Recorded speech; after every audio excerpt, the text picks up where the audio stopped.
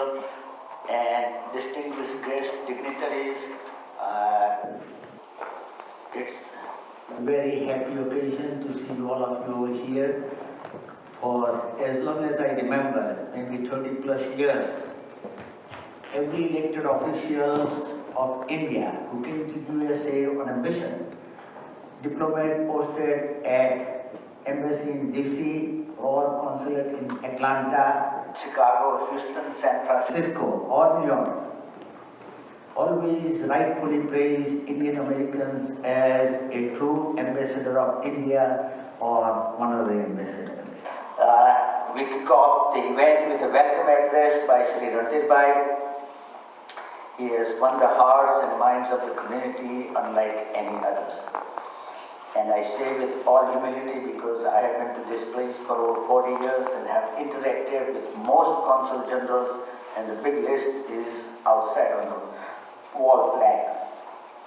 His support of Shanti Fund and any of my requests on behalf of Shanti Fund has always received affirmative responses.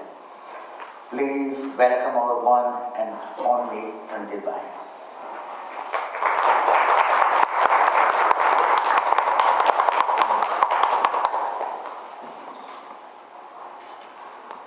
Namaste and good evening, dear friends.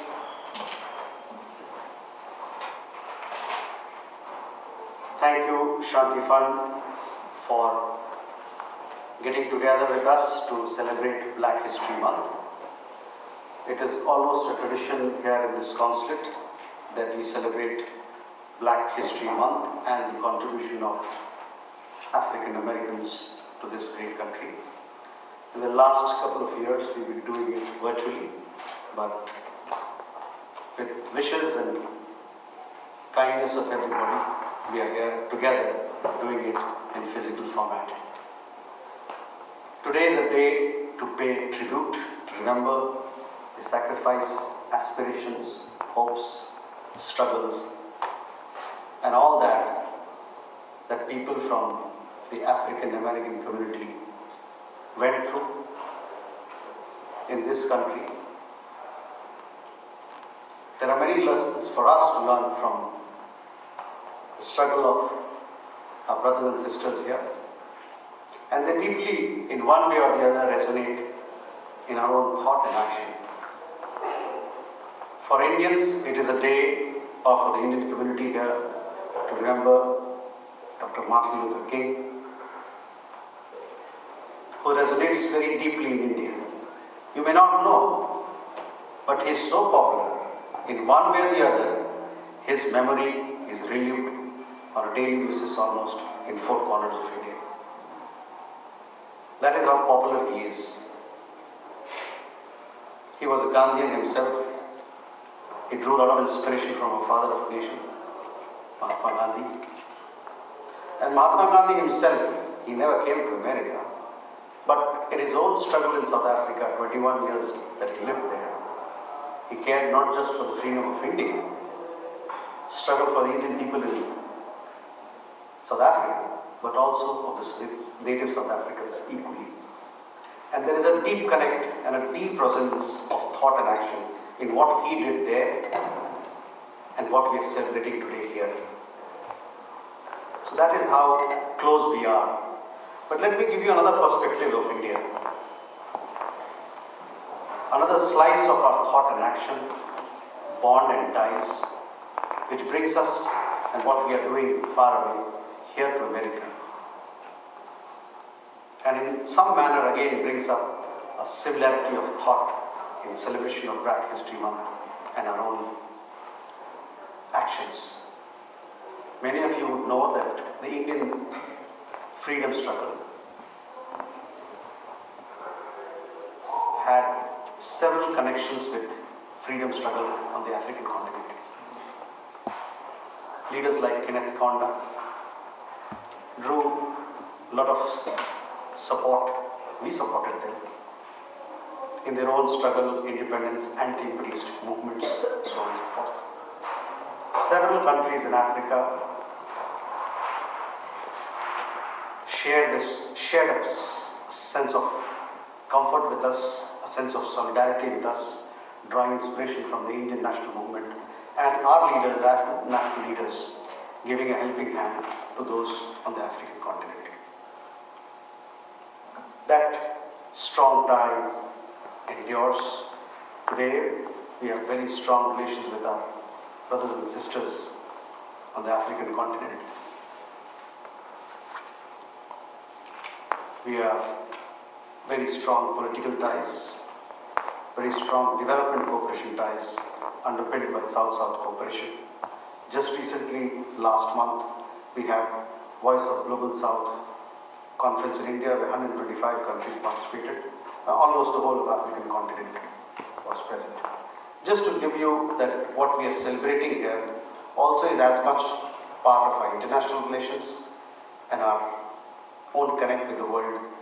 Yes, here with America, with American history, but as much with people here who have connect elsewhere with that history as well. So thank you once again, Shanti Fund, Arvind Bhai, for bringing us together. Few words of special thank and welcome to our very distinguished guest today, Dr. Timothy Sams, President of SUNY Old Westbury Campus. Thank you, sir, for joining us. Our another keynote speaker, she is yet to come. Hopefully she'll join, Dr. Benardine Waller, and our distinguished musicians, and Madam So Young Lee Segredo, and all the performers who are there with her. So thank you very much, and I look forward to the keynote speakers, the discussions, and let's celebrate Black History Month. Let's celebrate this pride, this beautiful part of our common heritage, of our shared history, with a lot of fanfare and with a lot of pride once again. Thank you very much for joining us. Thank you.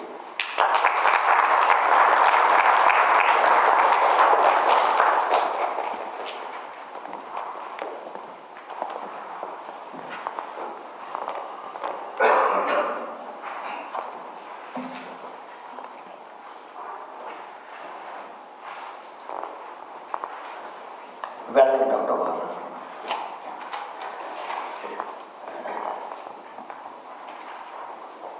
Now I would like to introduce a multi-talented artist who is a volunteer of Shanti Fund and professionally a school teacher. I have witnessed her performance at Carnegie Hall, and she always happily goes above and beyond to make events lively and meaningful. Of course, you could read her abbreviated bio that took full page in the program booklet. Please welcome Soyun Lee.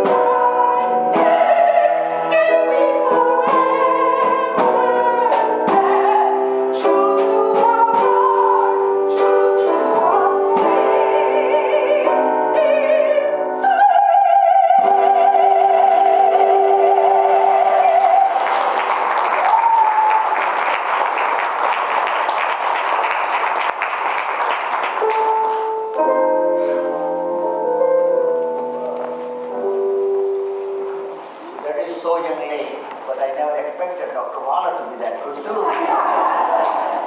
We might as well have you next year for the singing thing as opposed to giving the presentation and keynote speaker.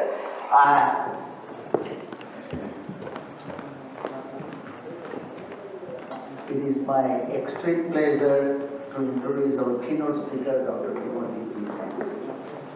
He is President of SUNY Old Westbury.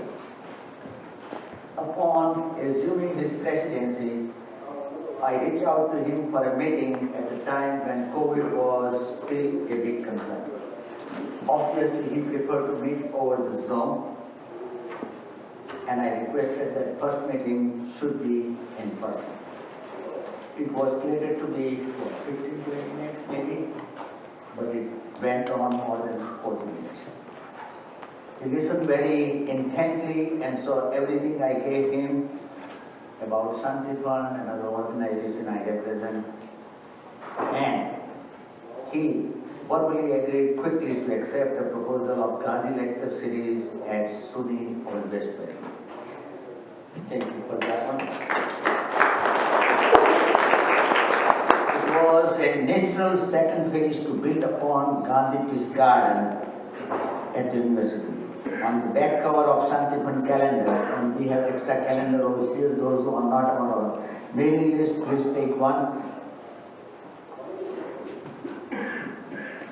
Our gem of statement about Gandhi Peace Garden and Dr. Sands about Gandhi Lecture Series.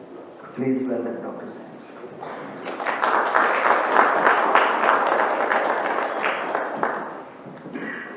Good evening, everyone. Good evening. Good evening, and thank you, Ms. Lee, for that.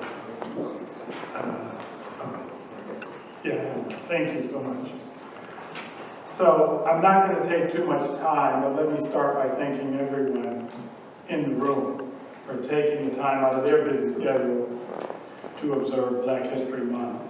There's no requirement for you to do so, and yet you understood the importance of it, particularly when we understand that history is the birthplace of every people, right? And at the moments at which histories intersect, then we understand not only our common humanity, our common history, but also our common destiny. I want to thank Consul General. Once again, it's good to see you. And I hope to see you many, many more times.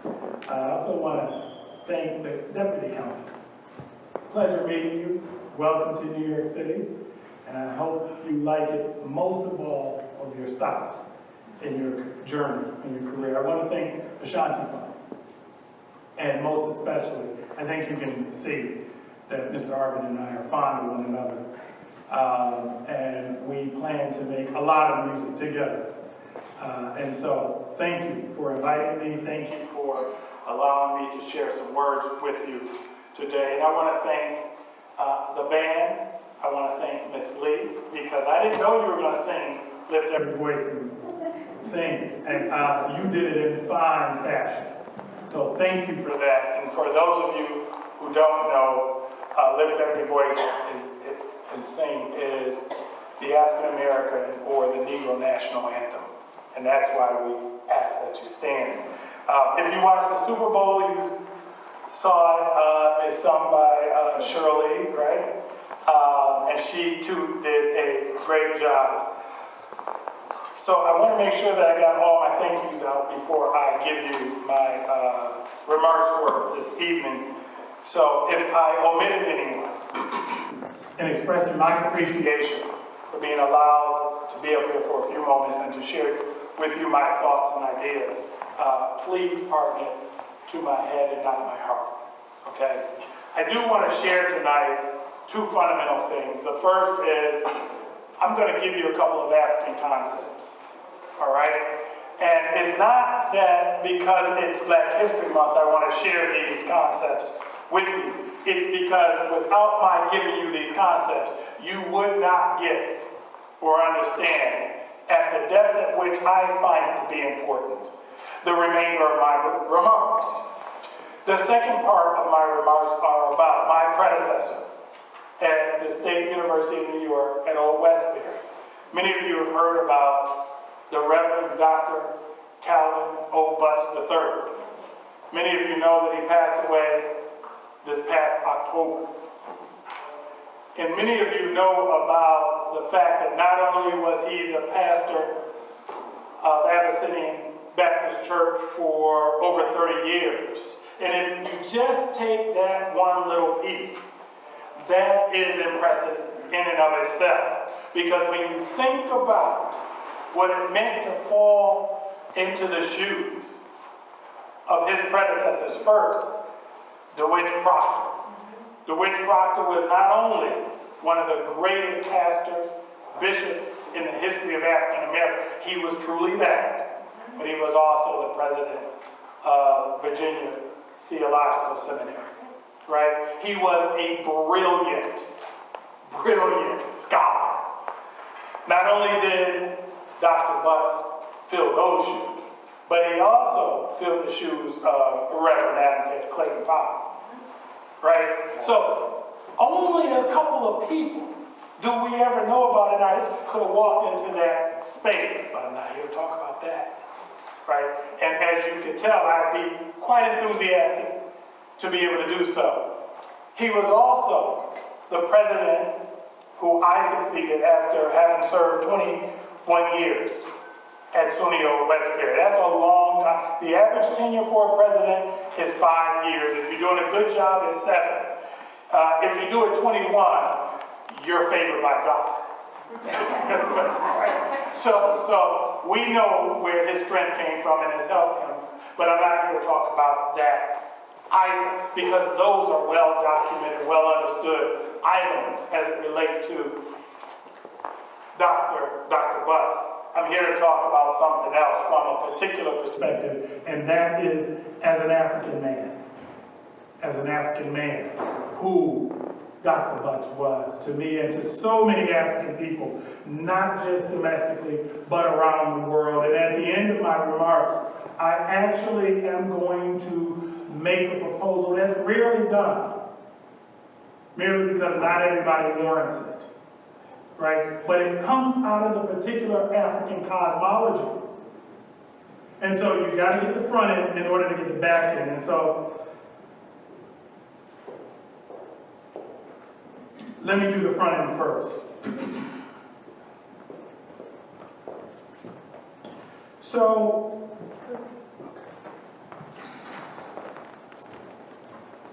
my remarks tonight are not about Dr. Butts' contributions to his church, to SUNY Old Westbury, but about his contributions to African people worldwide. And most of you know Dr. Butts passed away this past fall. He was a pastor of Harlem's storied and largest church, Abyssinian. He was also the president, as I mentioned, of my college for over 22 years. But I want you to know I didn't come to Dr. Butts through SUNY Old Westbury. I came to Dr. Butts as a young African-American male, as an African-American who became keenly interested in the condition of African people worldwide. And I became interested in Dr. Butts as a figure who represented the transformational ideas that I aspired to reach. Dr. Butts was recognized not only by African people, but people worldwide for those who obsessed in the ongoing effort for oppressed people to gain dignity and to achieve justice globally. As I share my comments about Dr. Butts this Black History Month, I want to introduce you to some and remind the rest of you about some relevant African concepts that relate to his leadership. By doing this, I'm hopefully situating Dr. Butts as an actor upon the broader world stage. And we can understand him as a wonderfully complex leader whose life represents the best of a particular African male leadership archetype, thus making him worthy of veneration in an Africological sense. Veneration in an anthropological sense, and I'll explain that in a second. But the terms I want to introduce to you first is African elder, second, deification and veneration, thirdly, dirge, D-I-R-G-E, fourth, the concept of a Morehouse man, okay, and then finally, Noma. So you're going to have to hold on to these ideas, otherwise you're going to miss the point, folks. All right? So come with me. There's an African proverb that says, you will not live forever, so leave a legacy. Which is exactly what I want to talk about, the legacy that Dr. Butts left to 35 million African Americans and 1.5 billion Africans worldwide. Francois Loco Duna writes about African elders. From medicines and childbearing to politics and religion, elders are wise, dignified, and powerful. They are guardians of peace and order within the community, carriers of traditions and living legends.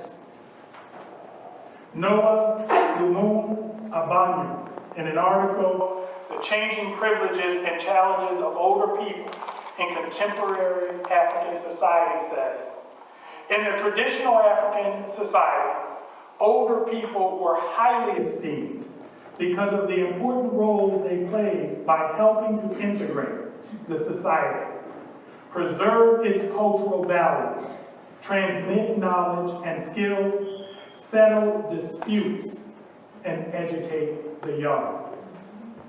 But what happens to the greatest of elders, those whose work is beyond ordinary and ultimately elevates the condition of the community, those whose contributions to the culture and the propagation of the people's highest values are immense, or what we call a legacy?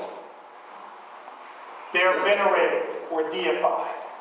To be deified means to be placed within the pantheon of all important and indispensable ancestors of that people. These ancestors are the ones who the people refuse to let die in the spiritual sense. And as long as their names are uttered and their import reflected upon by the people, they continue to live in the life of that community, not simply as a memory, but as an ongoing influential presence for that community.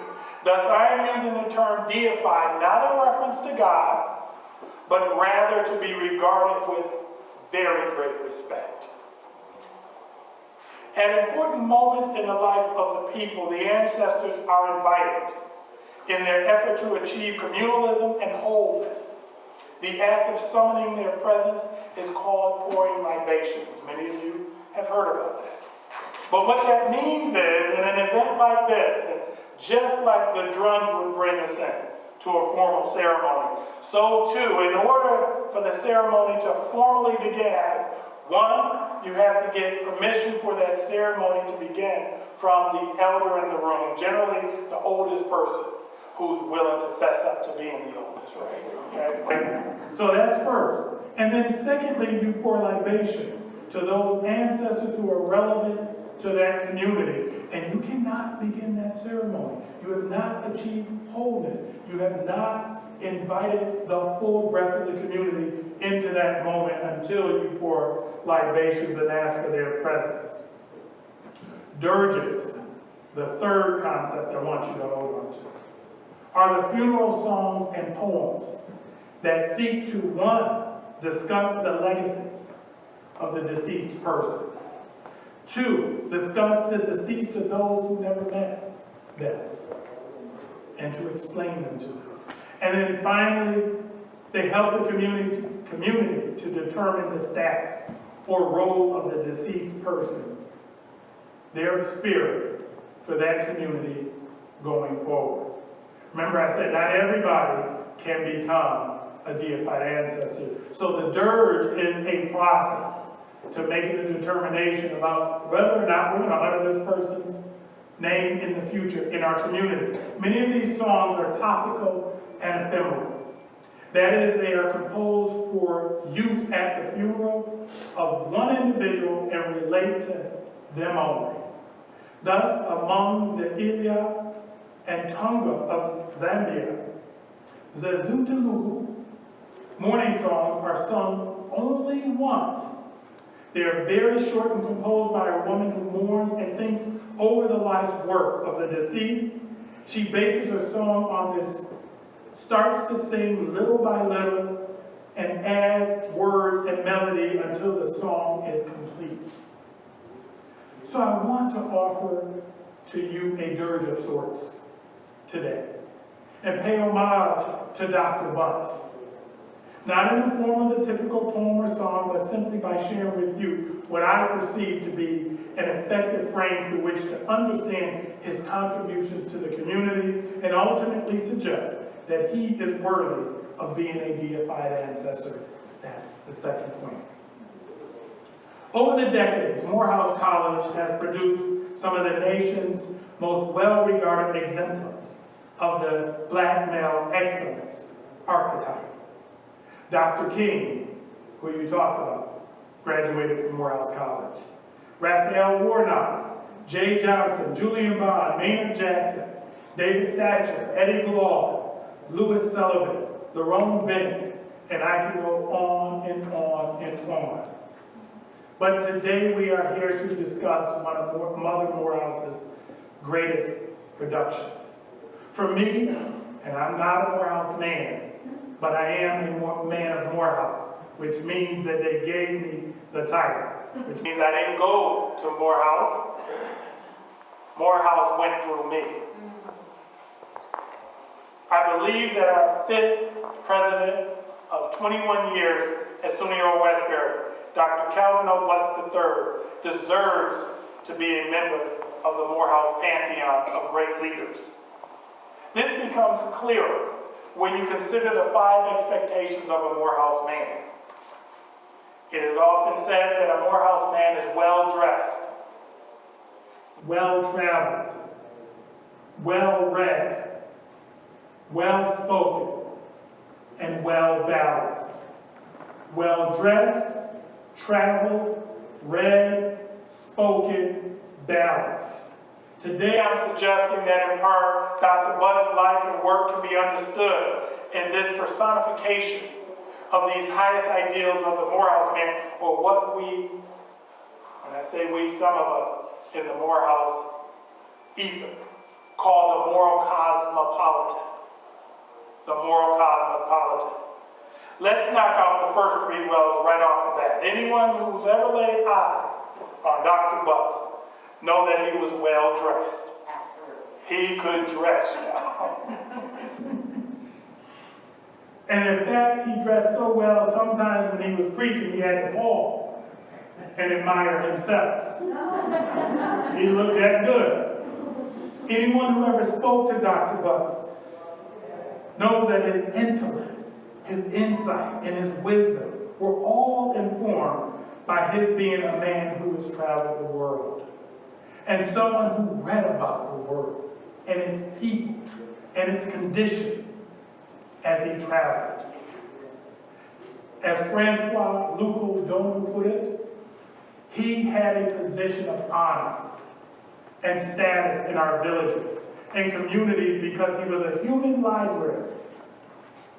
He was a human library with experiences, wisdom, and cultural richness that he passed on to you in a single conversation. To be certain, Dr. Butts was well-traveled and he was well-read. It is regarding the last 2 wells that I'd like to offer up how prolific Dr. Butts was as a leader and as a man of significance.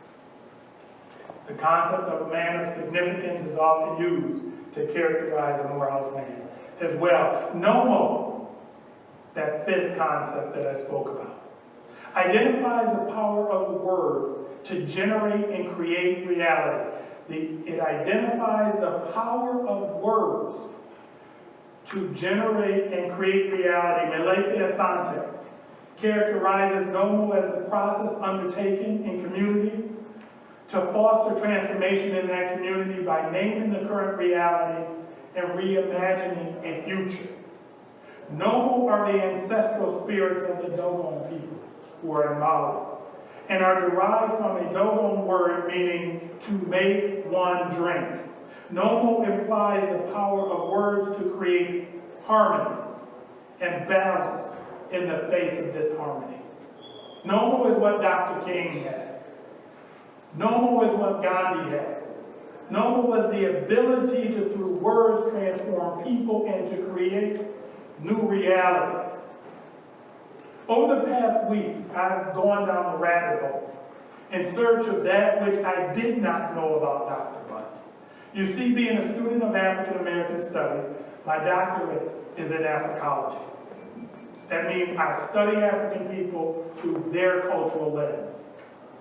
That means that I bring voice to the way in which they experience the world and not the way in which others interpret them. Okay? I didn't come to Dr. Butts as a president. I came to him as a young person who studied African people. I knew who Dr. Butts was to African people domestically and abroad. But it was only this rabbit hole experience where I discovered Dr. Butts' mastery of Nomo. More specifically, over the past weeks, I've come to recognize his ability to name the current reality and to reimagine a brighter future for Africans and other oppressed people worldwide. It was only over the past few weeks where I recognized his ability to make one drink. And it was only over the past few weeks where I witnessed his dogged pursuit of harmony and balance in the face of disharmony. That's what moves him from regular and even good to exceptional. His ability to master Nomo and to make us drink even when we didn't want to. See, I recognize what he had done as a young, burgeoning scholar when he taught me to dignify the humanity of those in my community as an African American person with AIDS. Those in my community with AIDS. He was at the forefront in this regard, teaching us how to be in pursuit of harmony and balance amidst disharmony that was caused by our ignorance and our fear. You see, as a student of African American Studies, I knew about his Pan-Africanist commitment when he created Africare. He demanded that African Americans obligate themselves to addressing the wanting conditions of Africans on the continent. He taught us that harmony was achieved when we are our brother's keeper. I also knew that he had created the Abyssinian Development Corporation that led to the building of homes for our elders and those who struggled to find decent housing. But I did not recognize this work within the framework of Nomo. I did not realize that he was teaching us how to be in pursuit of balance and harmony in the midst of disharmony through the prism of housing our elders, who again, are our living libraries. Sure, I knew that he had created the Thurgood Marshall Academy. Did you know that too? I knew he had created the Thurgood Marshall Academy, thereby proclaiming his membership among elite African American leaders who insisted that education is our greatest social equalizer. But I did not see this as part of his word force that moved to create new realities in the lives of those who had been written off. And yes, as a former DJ, I was a DJ, right? As a former DJ in 1993, I was angry with Reverend Butts when he rolled over the hip-hop CDs. You remember that? This man took a steamroller and rolled over hip-hop records. They were records back then, right? Not CDs, right? And I was angry. You see, my consciousness was not there yet. I thought he was somebody, Dr. Butts, Reverend Butts, who I was angry with. Here was somebody who just didn't get it, when in fact, I was the one who didn't get it. But even at that time, I understood what he said when he said, you don't have to denigrate our women. You don't have to dehumanize our race. You don't have to use violent and vulgar language. But I did not see his no more because I was too angry. Regarding this and his AIDS activism, I'm reminded of the proverb that says, a leader takes people where they want to go. A great leader takes people where they don't want to go but ought to be. Dr. Butts was a great leader.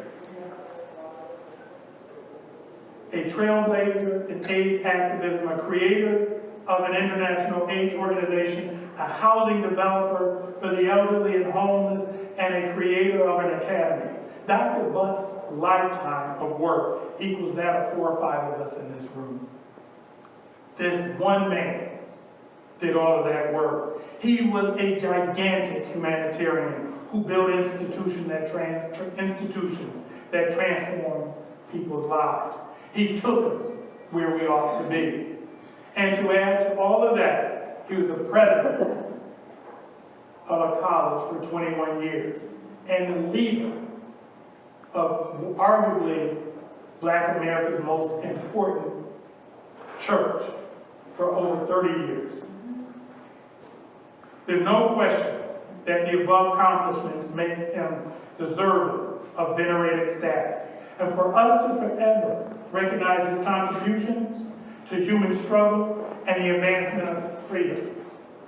But it was while I was down in that rabbit hole, and I'm wrapping up, and I listened to his sermons and interviews and speeches that I realized that his being well-spoken, well-balanced, made him one of the most important leaders of the past 50 years in this nation.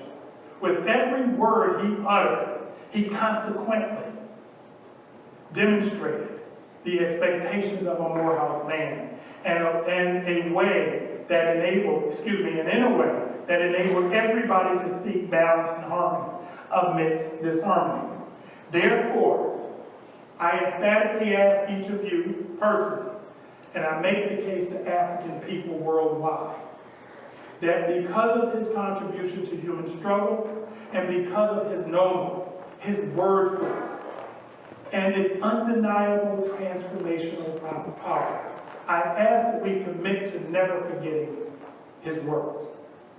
Don't forget his memory and the lessons that he has given us all. As a token of what you can take with you as you remember the transcendent nature of Dr. Butts, I shared this final story with you. This story was shared with us during the memorial service for Dr. Butts on November 4th, whereby he angered an important New York City mayor by calling him a racist. Now, if you know Dr. Butts, if you earn it, you won't get it. In the car, Dr. Butts' aide asked him if he was concerned about the repercussions of his actions. Dr. Butts' response to his aide was, "No, I am not worried, and do not ever relinquish your prophetic voice." That is my ask of you this evening. In your work for social justice, never, ever, ever relinquish your prophetic voice. Thank you.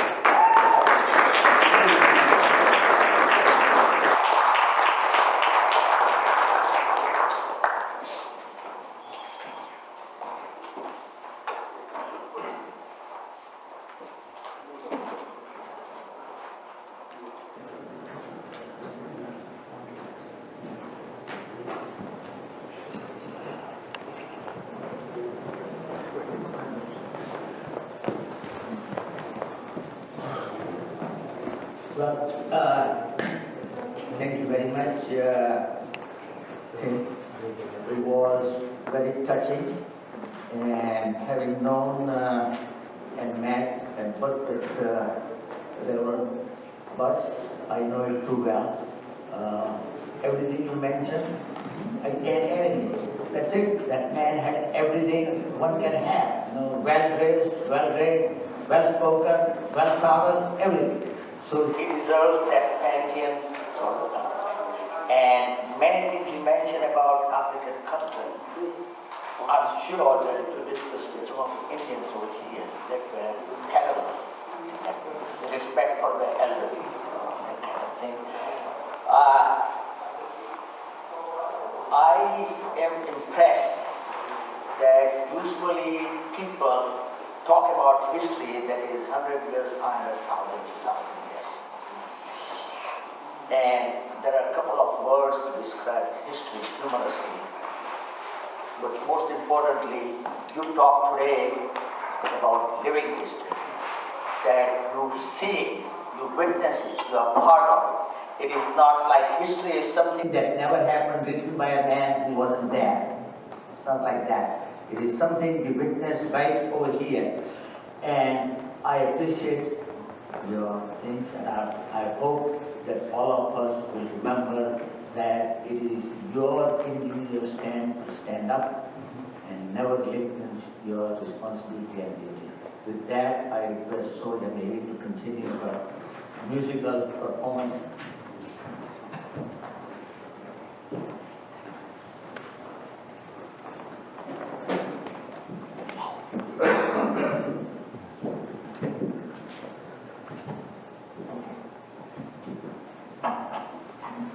As a lifetime member of NAACP and actively involved in Freeport Roosevelt in Long Island branch, as well as volunteer of Shanti Fund for a long time, Arvind and I work together in harmony because we believe when we gather, we learn something new. So I'll be performing 2 well-known spiritual songs, and then I'll introduce someone who's dear to me to read a poem of Maya Angelou. So there were times when I was in South America. My mother was in coma. My father was looking for a third country to travel. Much needed food I didn't have. There are times I didn't have one orange to eat. Until this day, it's difficult to eat a single orange without thinking about that time. So all of us who are here can find the times when we were feeling without a mother, but there's always balm to heal a sin-sick soul.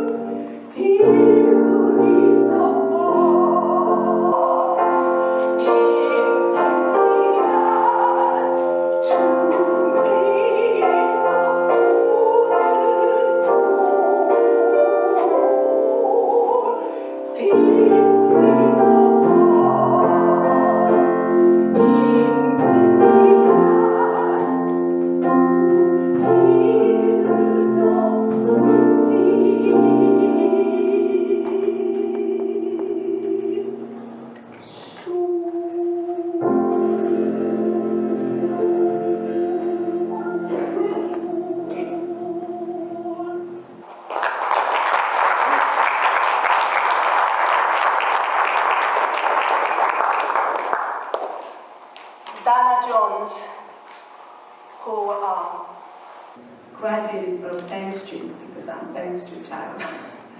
We have Columbia and Senior Westbury. I'm a Bank Street child. And we met in an alumni meeting, and then she and I have been friends since. And you can read her lengthy bio in the booklet. And she's also a board member of many organizations and working with the educators and the children. She will share her mind.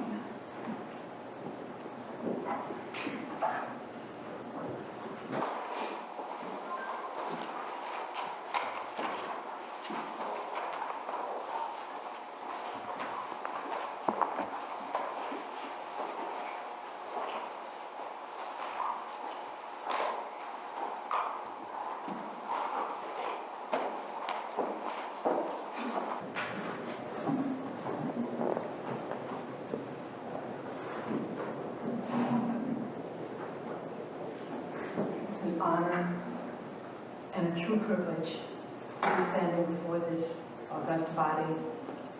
Some of you I've met before, some of you never. If my mother were alive, she would say to me today, "So Donna, how do you know all these people I know?" It is my mother's spirit and the spirit of many who have gone before us across continents, here in the U.S., and abroad. And I really am feeling the power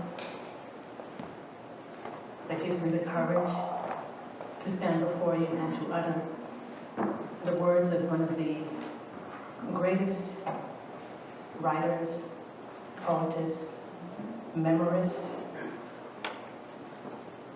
who was born in the United States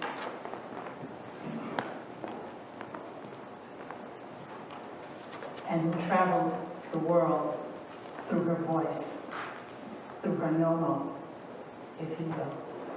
And as we heard today from the President's sentence, putting all these concepts together, I think the woman who has penned these words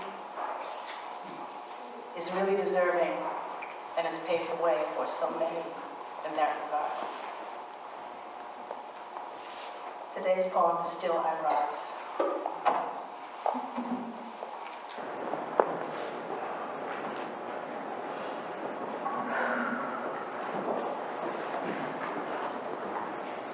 The author, of course, is Maya Angelou, Dr. Maya Angelou. You may write me down in history with your bitter, twisted lies. You may trod me in the very dirt, but still, like dust, I rise. Does my sassiness upset you? Why are you beset with gloom? Because I walk like I've got oil wells pumping in my living room? Just like moons and like suns with the certainty of tides, just like hopes springing high, still I rise. Did you want to see me broken? bowed head and lowered eyes, shoulders falling down like teardrops, weakened by my soulful cries. Does my haughtiness offend you? Don't you take it awful hard, because I laugh like I've got gold mines digging in my own backyard. You may shoot me with your words, you may cut me with your eyes. You may kill me with your hatefulness, but still, like air, I rise. Does my sexiness upset you? Does it come as a surprise that I dance like I've got diamonds at the meeting of my thighs? Out of the heights of history's shame, I rise.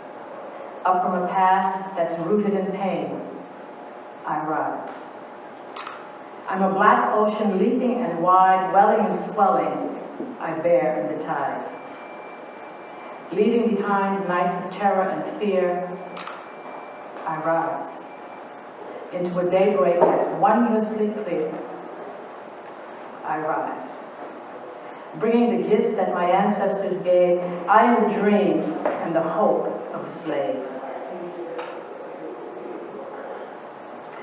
Leaving behind the nights of terror and fear, I rise into a daybreak that's wondrously clear.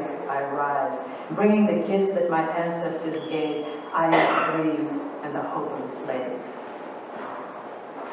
I rise. I rise. I rise.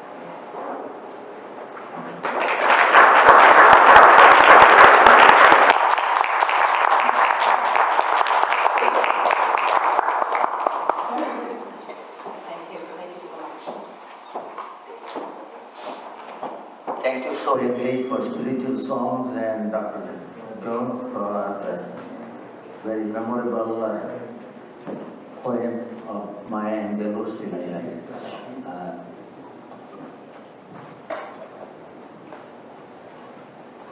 Our next keynote speaker is Dr. Ram. I was talking to my son who is practicing psychiatry in Florida. And he asked, how do you get such luminary to your event? And I said, Dr. Wall, my son was impressed reading about you and what you do.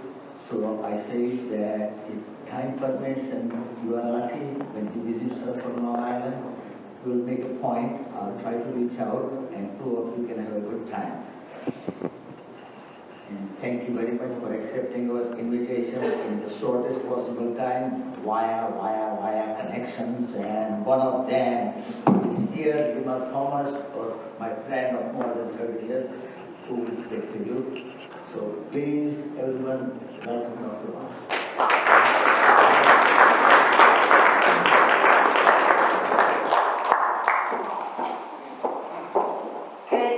One thing I can say about us in higher education is we're used to doing things at the last minute, so it is okay. Arvin, thank you so much. I know the Consulate General had to kind of skirt out because he had another event, but I'm so grateful that the Assistant Consulate General is still here with us. I'm a little tongue-tied.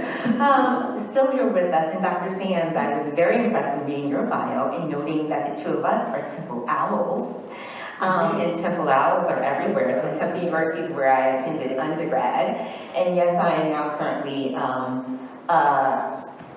psychiatric researcher at Columbia University Irving Medical Center, specifically in the Department of Psychiatry.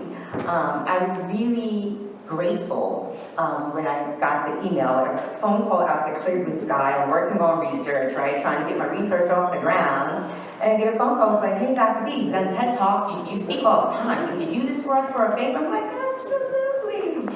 And then as I was prepping this week, a little fun, and my research project was starting to blow, and at the same time I had a training, and at the same time my colleagues are coming from Yale, and I was hosting, and I'm like, OMG, I have not started to prep.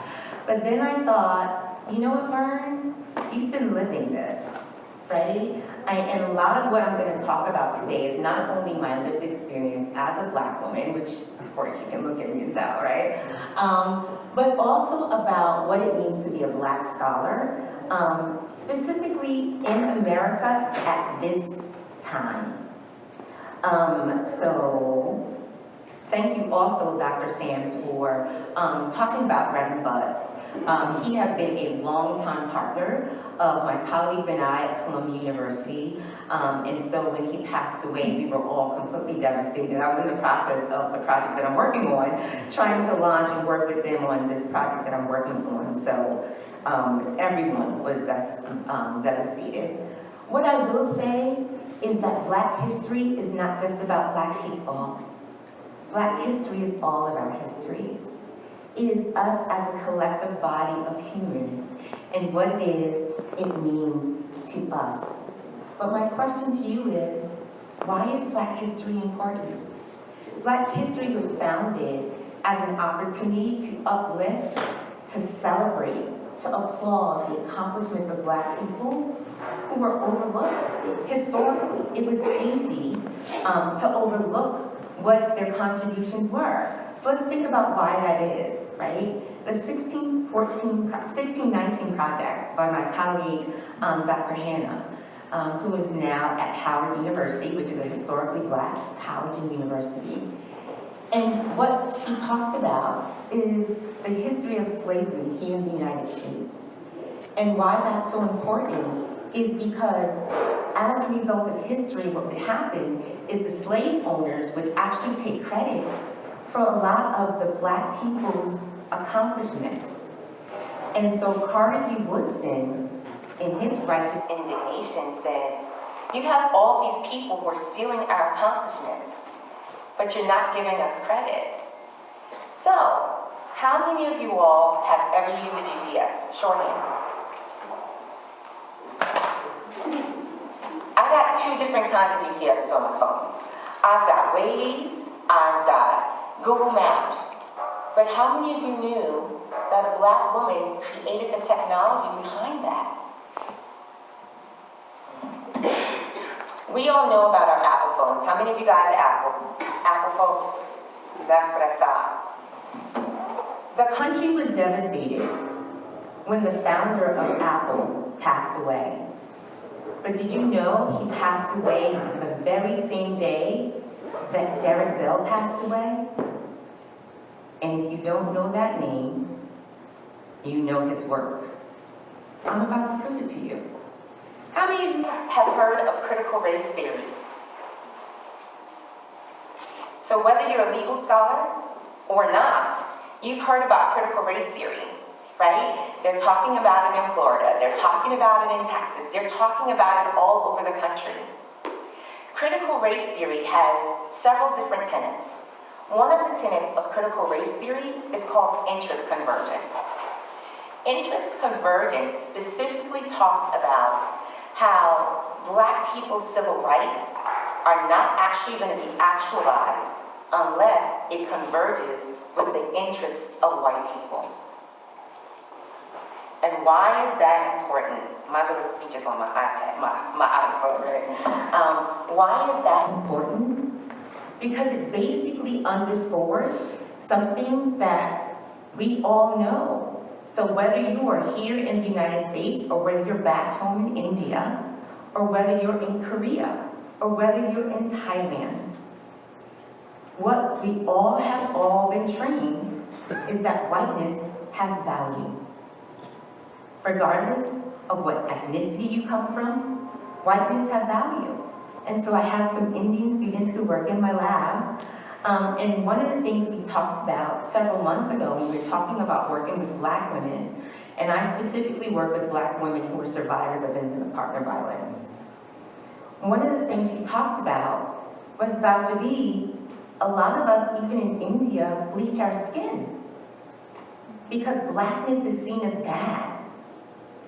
And so, not only my folks in India, but my colleague from Malaysia, they bleached their skin. And in the height of the George Floyd protests that erupted around the globe, the one thing that absolutely everyone had to come to grips with is the fact that all of us, regardless of our ethnicity, internalize the hatred of Blackness. And so we do all sorts of things to disavow that Blackness. And so right here in the United States, on Long Island, which is where I live, we have a number of what we call sunset towns. And sunset towns specifically are towns where very few Black people live. And the Black people who are in the town by sunset, they're leaving the town. And so one such example of that is Garden City. So for 14 years, I was an educator as well as an administrator at Adelphi University, which is in Garden City. I knew that a certain day and time, depending on where I was, it was not a good thing for me to be a Black woman driving through Garden City because I did not belong. I have wonderful recollection of getting pulled over by the police. I happened to drive a Mercedes. I stopped at the stop sign, and what happened? The cop pulled me over, gave me a ticket, trumped up ticket, and fuming, I go into the office, and my colleague said, "Byrne, what happened?" I'm like, driving while Black. And they're like, what are you talking about? Right? Because Adelphi is a predominantly white institution. And so when you work at a predominantly white institution, oftentimes you have to educate people on your lived experience because they don't know what it means to be Black. They don't know what it means to be brown. They don't know what it means to be Indian or Asian. And so I had to tell them that Black people routinely stopped and questioned and challenged.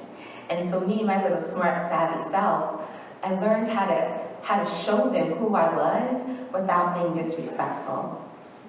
My first job out of undergrad, I worked at the NBC affiliate in Philadelphia, which is located in Lower Merion Township. And for those of you who don't know where Lower Merion Township is, you've heard of Kobe Bryant. Kobe Bryant was from Lower Merion Township. And the cop pulls me over and he's like, "Ma'am, you didn't stop at the stop sign." I'm thinking to myself, "Sir, but I did." But it's okay. He's like, driver's license and registration. I said, "Absolutely." So me and my little smart self pulls out my NBC 10 badge and hands it to him. And my registration, he's like, "Ma'am, this isn't your license." I knew that. Right? I knew it wasn't my license, but I needed him to know who I was. Because in Lower Merion Township, you don't see people like me driving in nice cars. The people they see are oftentimes people they would expect to have be involved in criminal activities. And so, having worked in sunset towns most of my career and worked in predominantly white institutions, I understand the fact that we as people of color oftentimes live and are marginalized, and we must contend with overlapping intersectional, multi-actual points of marginalization. One point is we're not white. There are maybe 2 or 3 people in this room who would probably be considered white. It also means what is our gender, right? As I'm not only Black, but I'm also a Black woman. And what does that mean? That means that there may be places and spaces that Dr. Sams can put his foot down, that if I do the same thing Dr. Sams does, I'll be characterized as an angry Black woman. I'll be characterized as a sapphire. I'll be characterized as a Jezebel. And what is that? What I just shared with you are caricatures of Black women. They're caricatures that have been used, as my colleague Patricia Hill Collins says, as controlling images. They've been used to control the narrative of who we are and how we present ourselves in the world around us. Here's the one thing I have to say. We here in the world would be in a really bad place without Black people. Why? Some of the best and most impactful inventions are resulting from Black people. I just had the opportunity with my colleague, Dr. Taffy, to meet Stacey. If you've ever heard of MoviePass, MoviePass was developed by a black man in tech. LeBron James. Everybody knows LeBron, right? You're not alive if you don't know LeBron James. Something is wrong, right? COVID-19, the COVID-19 vaccine. The technology behind all of these vaccines was developed by a young black woman who is currently on faculty at Harvard University. And you know, COVID-19 impacted us regardless of our place in space in the world. And it is still impacting our global economy. And who helped to save that? A black woman. Blood transfusions, for those of you who work in medicine. Blood transfusions are normal now in hospitals. But if it wasn't for a black man, we would not have blood transfusions. I spoke a little bit about Derek Bell in law. He's a critical legal scholar who had the wonderful wherewithal to talk about all of the ills in society, and he did it with love, grace, and kindness. We talk about entertainment. Beyonce is the premier entertainer in the world, and she's a black woman. Yes, my sisters. When it talks about fashion, Leon Talley, who passed away last year, he was the creative director of Vogue magazine, fashion. Not just him, Virgil Abloh, he was with Louis Vuitton. So for those of us who love shopping on Fifth Avenue, many of the fashions on Fifth Avenue are as a result of black people.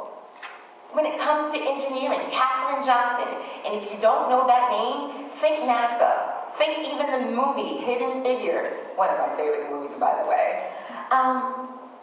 Still, despite all of our accomplishments, we as black people, regardless of your ethnicity, still remain undervalued. We remain underpaid. We remain overworked. So, I ask each of us here in the room today, how many times have we been the culprit of what it is I just talked about? How many times have we been a culprit of not believing someone because they were black? Or being scared of someone because they were black? Or not valuing their voice because it was a black person who said it? Of being more likely to remain as educators, to remain or suspend someone because they're black? How oftentimes do we disavow the voices of black women who have said to them, you know what, something's wrong with my baby. I haven't felt my baby. Comes to what that leads to higher rates of mortality across the board. And guess what? Even if you're not black, you're affected by the racism that is prevalent here in the United States, as well as in many of our home countries. How oftentimes are black and brown voices marginalized? Or not only that, you may be brown and may be accepted, but people will say, you know what, I can't understand what you're talking about. You're being marginalized. If people are expecting you to be the model minority, but you're struggling in school, what does that mean for you? What does that stress mean for you? My roommate in undergraduate was a Korean woman, and she struggled. She struggled in science. But her parent told her that she had to be a pharmacist. She's now a social worker and wonderful. But our second semester, first semester of our second year, she attempted suicide. And why did she do that? Because her parents demanded that she be something that she wasn't. And she was too ashamed to go to extra help and to get the tutoring. And so our question to you, how often are we replicating and internalizing the racism and hurting ourselves, and hurting the next generation, and hurting our people? And so I want to encourage you to know that Black history is not just a day event. And I want to truly celebrate the fact that here at the Indian Consulate General, that you're one of the few Consulate Generals, because I looked this up, that are actually celebrating Black History Month. So I want to applaud you for that, because that's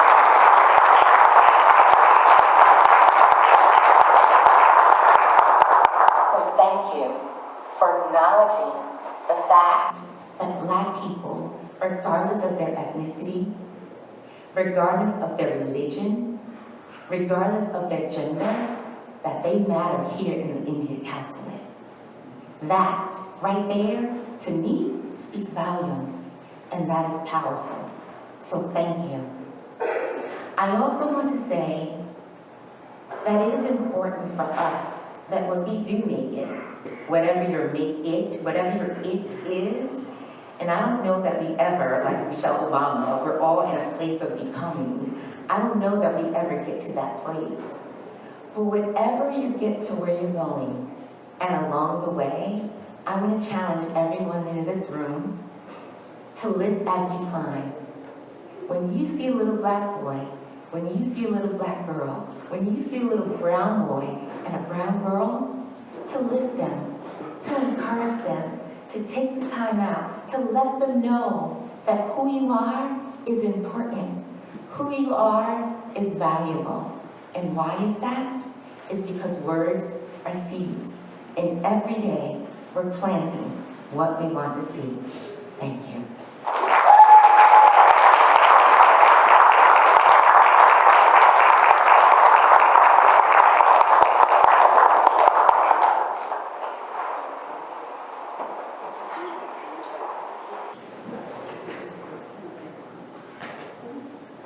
Thank you, Dr. Wala.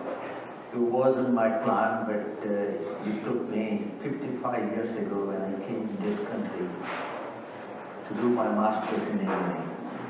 I was living in Brooklyn. Went to Brooklyn Poly, now it's part of New York University. And walked from Adelphi Street. And I see, which is now fancy area, Port Grey. But at that time, it was very, and as coming from another country, I can't tell the difference. But as time passes by, I see the same faces. And year after year, I would visit Brooklyn while I moved to Long Island. But two important points. I was blessed and lucky that I was the first non-white person hired by my employer.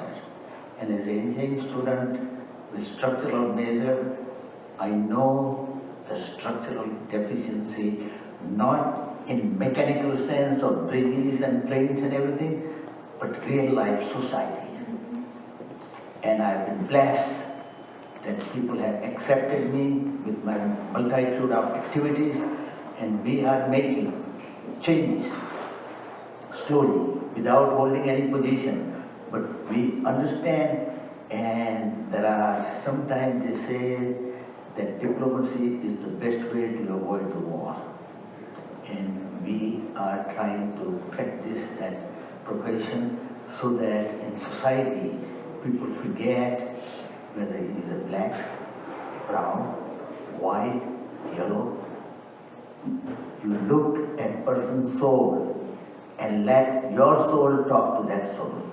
Rest of the things are worthless in a sense for your own personal growth. Sorry about that getting off the ground. Now we have the last performance from Soul English, short one, before people are hungry and waiting for the delicious dinner. So Just say, I'm between the dinner. Well, spiritual or dinner, I think.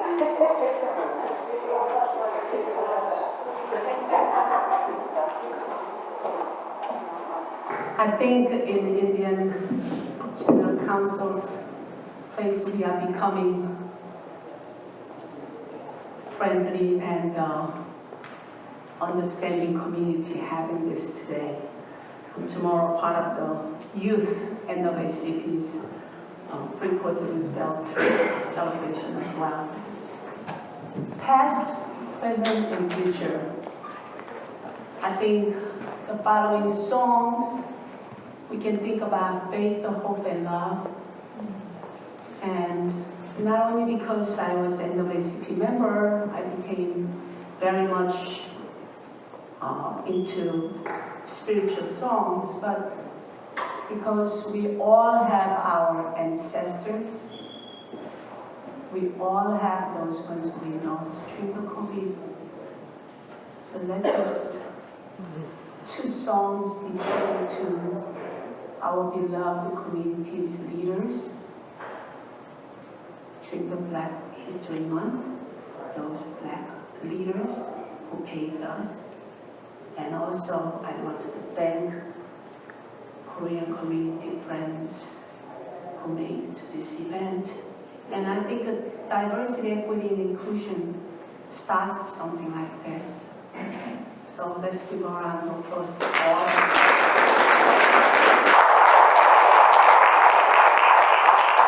So we will do a song called The Deep River, which is most of the times sung in the funerals.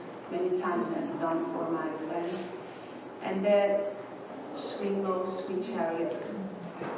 And then we will take it to present to future, going forward, lifting our spirits. So here it comes.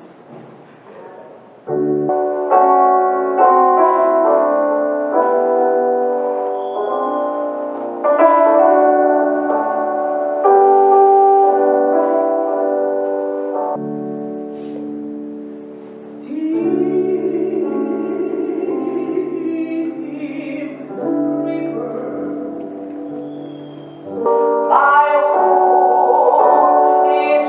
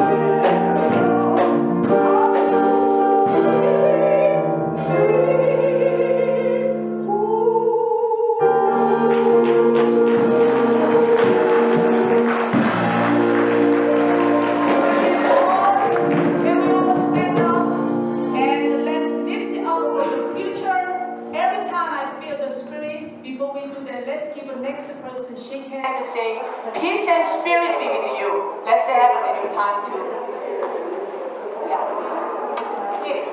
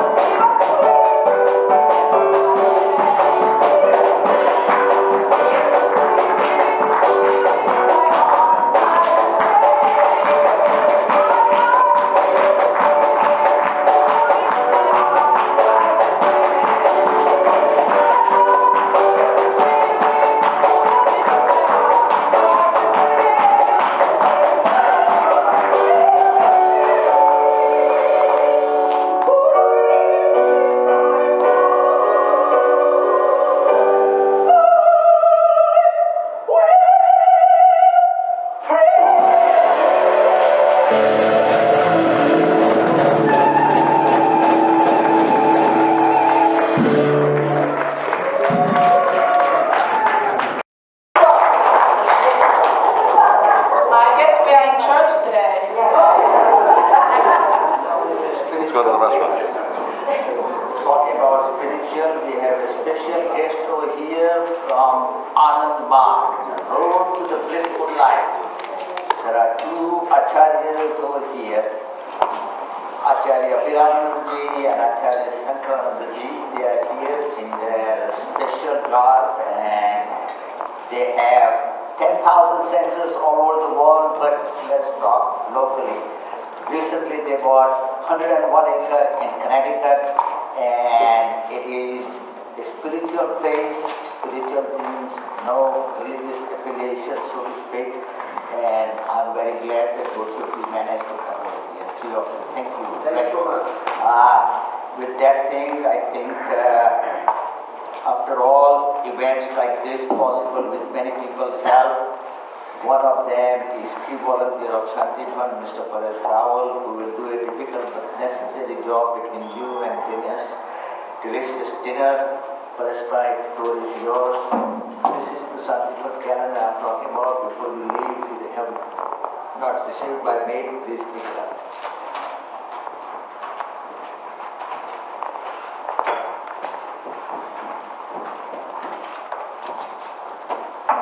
Good evening, everyone. My name is Paresh Rawal, volunteer of Shantifan.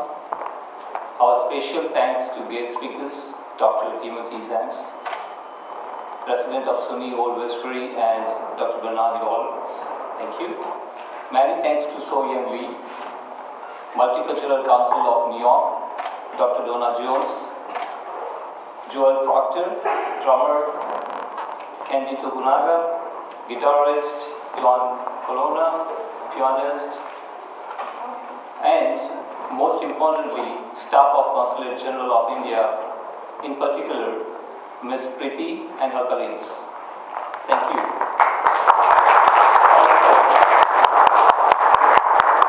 Person who played a very crucial role of coordinating details of the event with Shanti Fund and the Consulate, Sri Vipul Dev. Today was his day, but he was, understand his absence, being the 3-day-old father of a baby boy. Thank you to Varun Jeffrey. Lastly, without whose vision, our very own Consul General, Sri Randeep Jaiswal, this program wouldn't have happened. He has taken special likings of Shanti Fund's activity and he has graced every event of Shanti Fund unless he is not in town. Ladies and gentlemen, dinner is awaiting, so please join for the dinner. Thank you.